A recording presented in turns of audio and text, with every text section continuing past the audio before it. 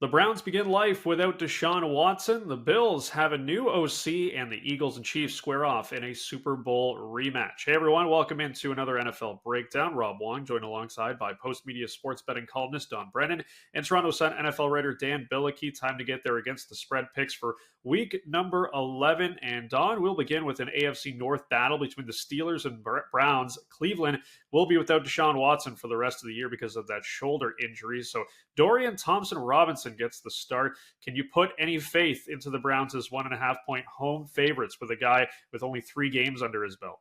Did Deshaun Watson actually play for the Browns at some point? I thought there was rumors about him signing, but it seems like he's never around. And obviously, this is a game they could use him. I mean, I think that if you would have bet this game as of Wednesday, I think you would have got the Steelers at +4. Dan, if I'm not incorrect on that one, and I don't think anybody has a lot of faith in Dorian Thompson-Robinson. He threw for 121 yards and 3 interceptions in his only start this year.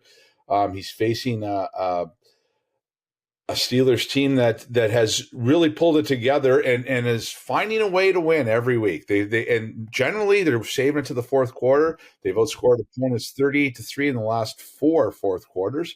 And they've owned the Browns over the years. I don't see them taking a step back from this one. I was still surprised by the line that showed the Browns as favored. I don't think there's any chance in the world that a rookie quarterback named Dorian Thompson-Robinson beats Mike Tomlin.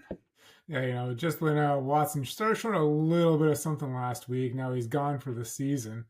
And the Browns defense is going to try to hold this thing together, but I don't know if they can. The Steelers offense isn't that great either, but the Steelers defense can generate turnovers, and I don't think DTR is going to do so well. So I'm going to go with the Steelers here.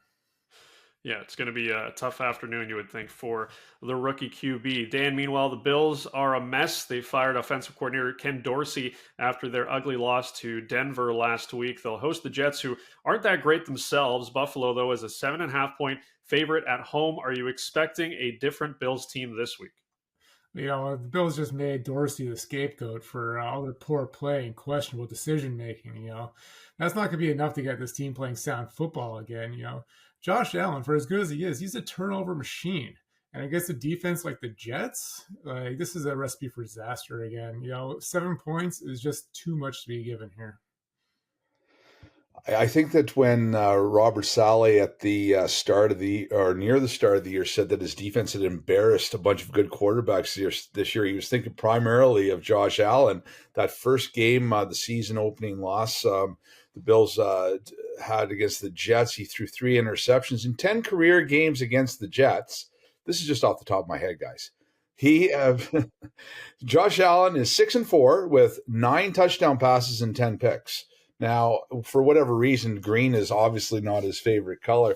I do think, though, that coming into this one, James Cook is coming off of a very strong 109-yard rushing game against Denver and another Bills loss.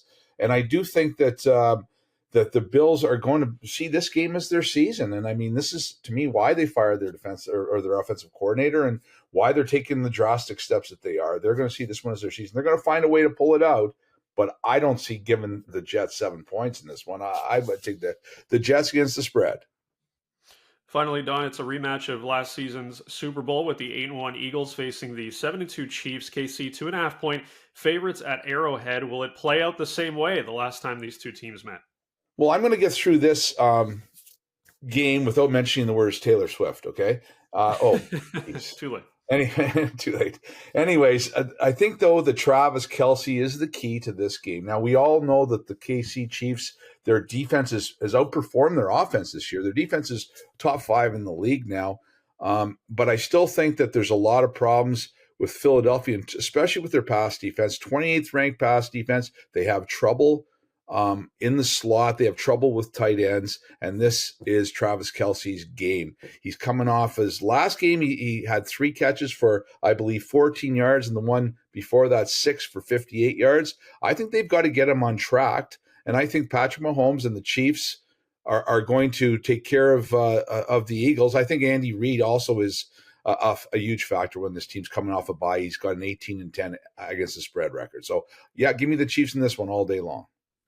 Yeah, like you said, Reed is excellent against the spread, but yeah, this Super Bowl rematch is going to be fantastic. I think great Monday nighter. But yeah, the big difference between that game and this one is that the Eagles' defense just isn't on par with last year's squad. And, KC leveled up their defense. So and Mahomes, he might not be putting up the stats, but he's just as efficient as ever. And so I think KC's going to win this one at home. Even if Taylor Swift is there or not. Well, we said it's a Super Bowl rematch, but it very well could be a Super Bowl preview. Yet again, as always, let us know what you're betting on in the comments section below for all of Dan and Don's NFL picks. Head over to the Toronto Sun.